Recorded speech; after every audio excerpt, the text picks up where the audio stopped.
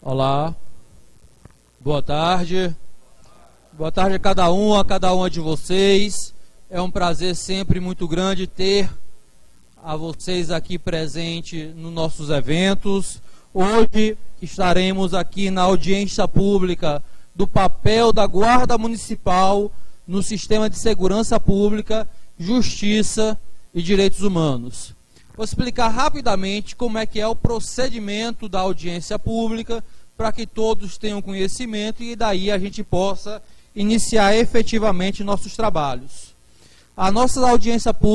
Nossas audiências públicas aqui na OAB, geralmente convidamos para dar um pronunciamento acadêmico a algum representante da academia, da universidade, que falará sobre o tema.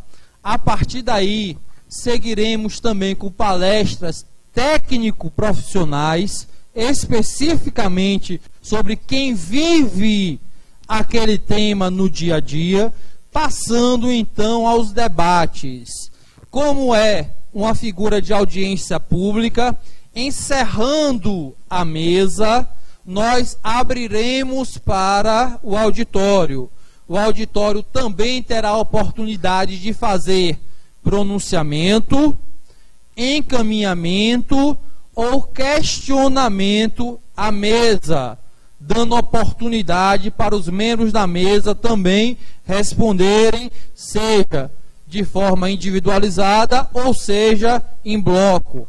Aqueles que tenham encaminhamentos ou esclarecimentos a fazer, nós, através da secretaria aqui de mesa, levaremos, ou consignaremos, melhor dizendo, estes encaminhamentos, que passará para uma comissão de sintetização, e isso será encaminhado como resultado da audiência pública à diretoria da OAB, e a diretoria da OAB tome as providências que entender cabíveis, se entender cabível alguma providência a partir dessa audiência pública, ok? Então, mais uma vez, sejam todos bem-vindos. Eu queria já iniciar a audiência pública convidando os nossos palestrantes que farão parte da mesa e darão a sua palavra. Então, em primeiro lugar, eu queria convidar a professora, doutora Márcia Calazans Esteves, da UXAL Nevídio. O professor doutor Ricardo Cap, da UFES UNEB. O inspetor-geral da Guarda Municipal, João Gomes de Souza Neto. O diretor-geral da CEMOP, o senhor Maurício Rosa Lima. Esses quatro serão nossos palestrantes e expositores no dia de hoje. Para compor a mesa e realizar o debate, eu gostaria de convidar a presidente da UNEGRO, Ângela Guimarães. Convidar também o presidente do Conselho Deliberativo da FEBAGUAM, Federação Baiana de Guardas Municipais, o Jarbas Pires. Consignou presença, estará em audiência, mas virá assim que terminar a audiência e será um dos debatedores, o deputado Soldado Prisco.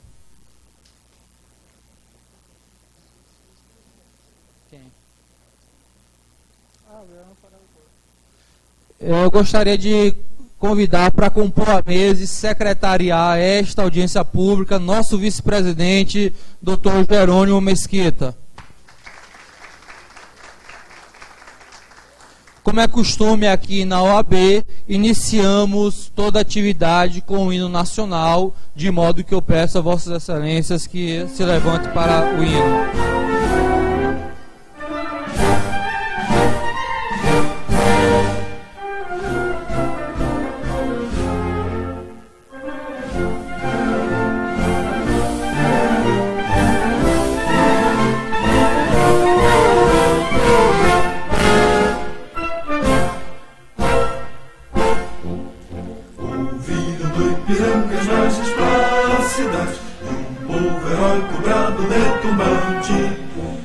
sol da liberdade, raios fúlgidos, brilhou no céu da pátria nesse instante.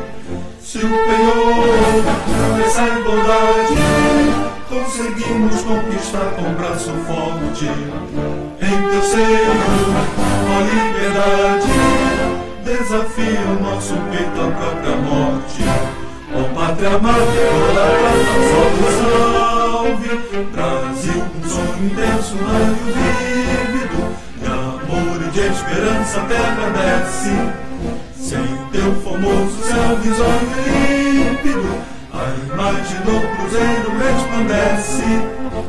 Gigante pela própria natureza, és bela, és forte, padre do colosso, e o teu futuro espelha essa grandeza.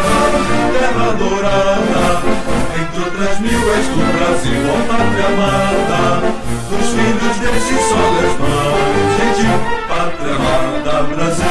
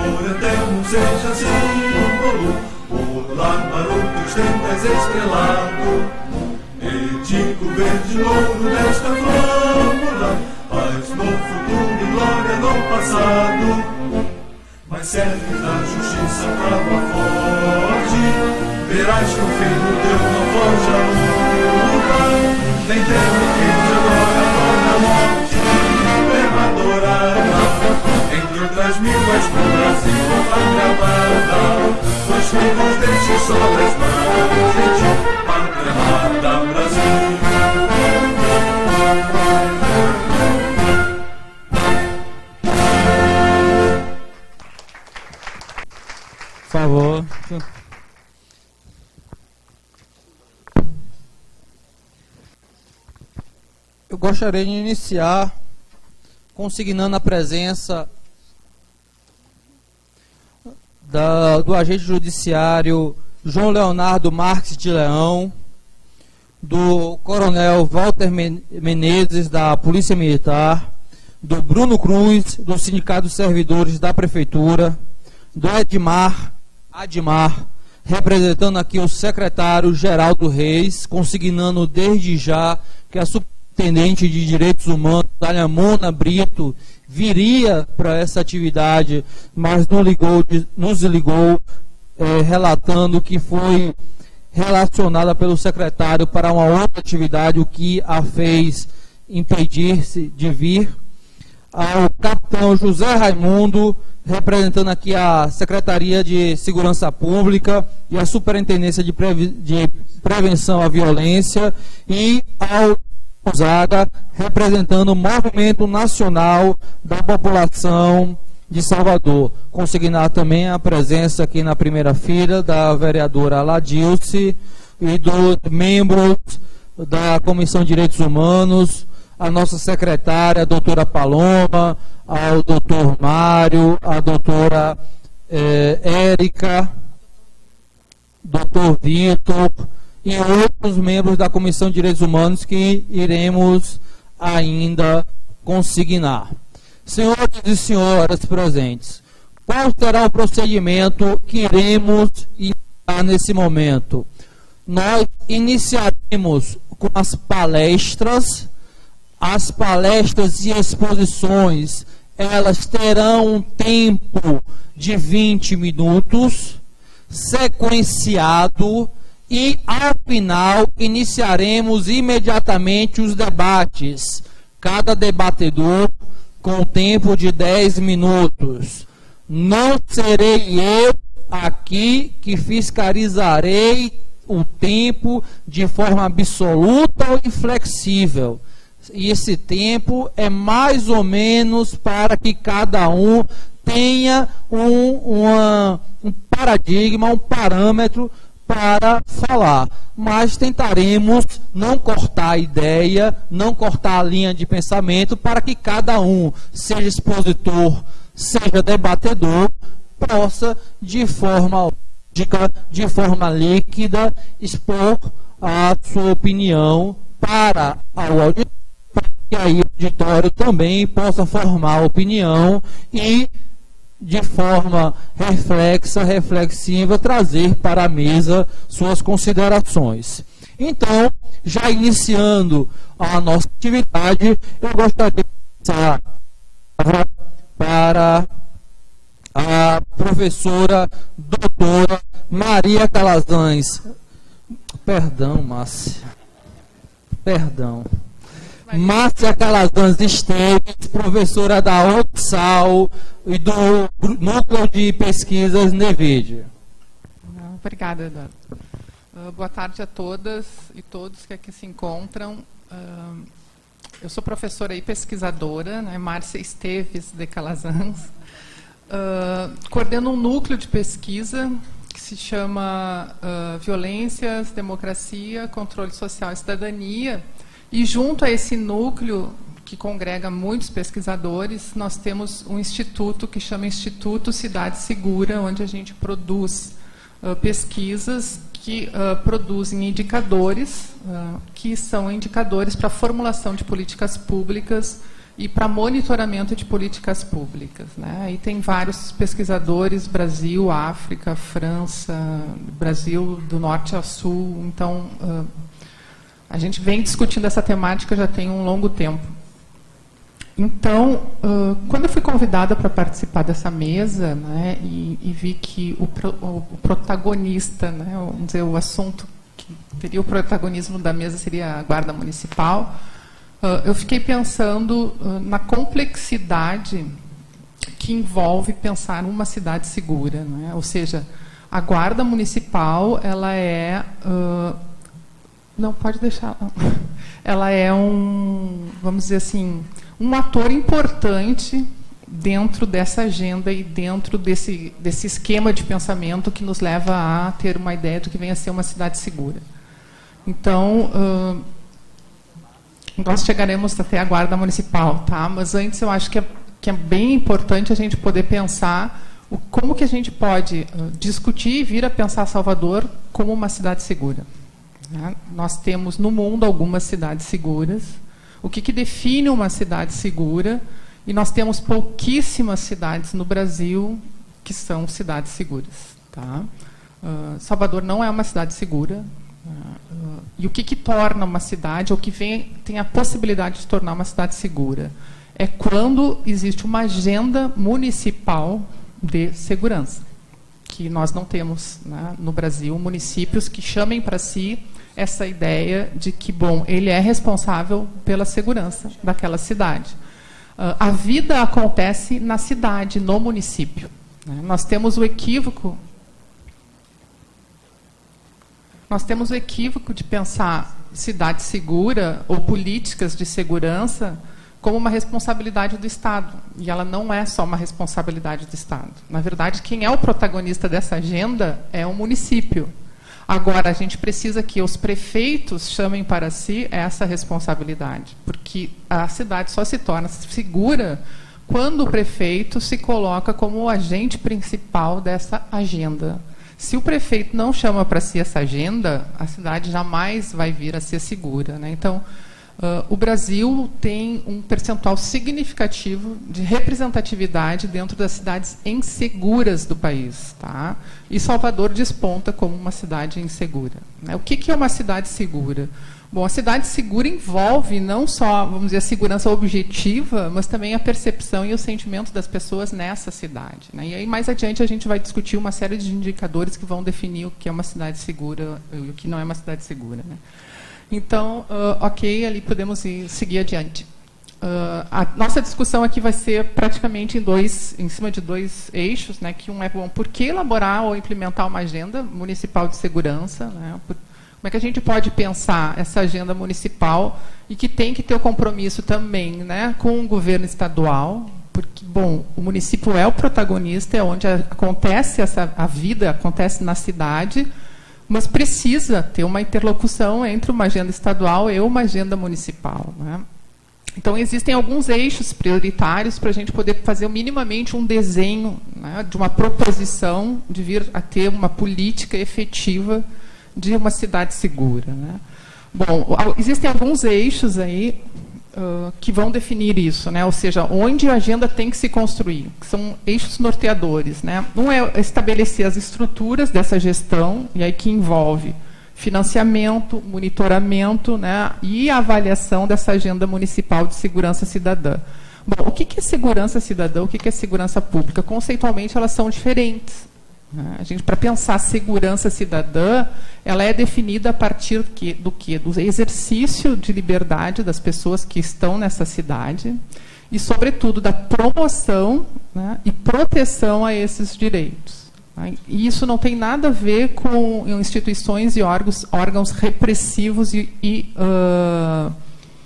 ostensivos, né? Então, na verdade, tanto a polícia militar quanto a guarda municipal, elas não são os protagonistas dessa agenda, né? A qual nós equivocadamente achamos que os únicos protagonistas de uma cidade segura é policiamento e, mais recentemente, a guarda municipal, né? Então, esses fatores de proteção, eles são importantes à medida que eles vão implicar em redução de riscos, né, a grupos populacionais. Ou seja, quanto mais segregada for uma cidade, quanto menos misto for esses espaços de convivência, a cidade será muito mais violenta, né? Então, aí a gente já pode pensar um pouco no desenho da cidade de Salvador, né? Ela é, sim, uma cidade segregada. Nós já temos alguns indicadores que apontam isso. E temos indicadores suficientes para pensar políticas públicas de cidade segura, tá? Que eu vou mostrar para vocês mais adiante, né? Então, uma agenda de prevenção à violência, ela vai estar, obviamente, integrada com os órgãos federativos, né? Com órgãos estaduais e, óbvio, com órgãos municipais, né? Numa agenda muito mais participativa e amplamente representada pela sociedade civil, né? Então, a gente tem aqui alguns representantes da sociedade civil, mas, sobremaneira, quem representa aqui, né, seja Estado ou município, sobremaneira, é Guarda Municipal e Polícia Militar, né? Então, assim, isso também já demonstra um pouco como que a gente tem pensado a questão de ter uma cidade segura, né? Então, ela não é uma agenda exclusivamente de polícia, né? Quanto mais nós deslocarmos o pensamento dessa ideia, possivelmente a gente consiga avançar muito mais no debate do que temos conseguido avançar, né? Enfim. Então, se nós pensarmos as 50 cidades mais violentas no mundo, 46 estão na América Latina, tá? E 32 cidades estão no Brasil. Se a gente pegar um indicador, que é um indicador bem relevante, tá, para pensar o que envolve uma cidade segura, Salvador aparece, por exemplo, se a gente pegar as taxas de mortes produzidas por acidentes de trânsito, tá? Salvador está com 16,7. Ela está no topo, junto com as 10 cidades que tem esse indicador lá no alto, vamos dizer assim. Para pensar planejamento urbano e cidade segura, esse é quase que um indicador protagonista da agenda, tá? Ou seja, nós temos uma cidade aqui de Salvador que produz muitas mortes no trânsito. E o que isso tem a ver com cidade segura? Bom, a cidade segura, ela vai definir o nível da qualidade de transporte, né? Ou seja, o nível da qualidade de transporte vai definir o quanto essa cidade é segura. E quanto mais classes sociais se valer desse transporte, isso vai definir o quão é uma cidade segura ou não.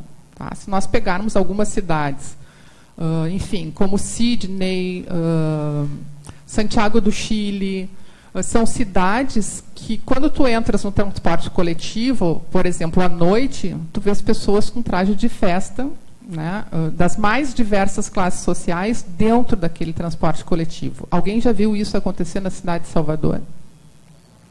Não, né? O desenho do transporte coletivo na cidade de Salvador se coloca como? Ele parte do princípio que aquela população que usa desse transporte é uma população marginal. Se a gente for pensar o brete que tem para levar o usuário até a roleta para fazer o pagamento, se vocês perguntarem por que, né, esse brete, por que as pessoas não conseguem acessar o espaço traseiro, né, os bancos de trás do ônibus sem antes passar pela roleta, porque eles partem do princípio que o usuário vai pular da janela e não vai pagar o ônibus. Tá? Isso a gente tem relatos gravados em diversas entrevistas. Tá? Ou seja, então, parte do princípio que o usuário é quem? Não é um cidadão. Né? Então, existe uma série de hostilidades desse desenho da cidade para com o seu usuário que promovem as ações violentas. Né? Então, a gente pode pensar que, no limite, Salvador é uma cidade hostil ao seu morador e, sobretudo, a uma determinada população, e uma população que é usuária do serviço público. Né? E aí a gente tem não só o transporte coletivo, mas tem uma série de... E esses dados, a gente tem eles todos mapeados a partir de uma pesquisa que foi levantada em indicadores de 2008 até 2016, sobre os homicídios na cidade de Salvador, né, homicídios de jovens, que é um outro indicador para dizer o quão a cidade não é uma cidade segura. E o quão a cidade não tem chamado para si, nos inúmeros prefeitos que já têm passado pela cidade, o protagonismo de uma agenda municipal de uma cidade segura, né, de uma segurança cidadã. Como? Bom, se vocês... nós não estamos aqui com esses indicadores, mas eles estão publicizados, já foram publicados, enfim, né, já foram chamados as mais diversas entidades públicas para nós publicizarmos os dados. Ele mostra que de 2008 até 2016 existem 10 bairros na cidade de Salvador onde acontecem as mortes violentas. Bom, por que isso acontece desde 2008 a 2016 e não há nada de política que possa promover a redução desses indicadores? Ou seja, existe uma população que tem um perfil específico que vem morrendo por homicídios na cidade de Salvador, que é jovens negros. Né?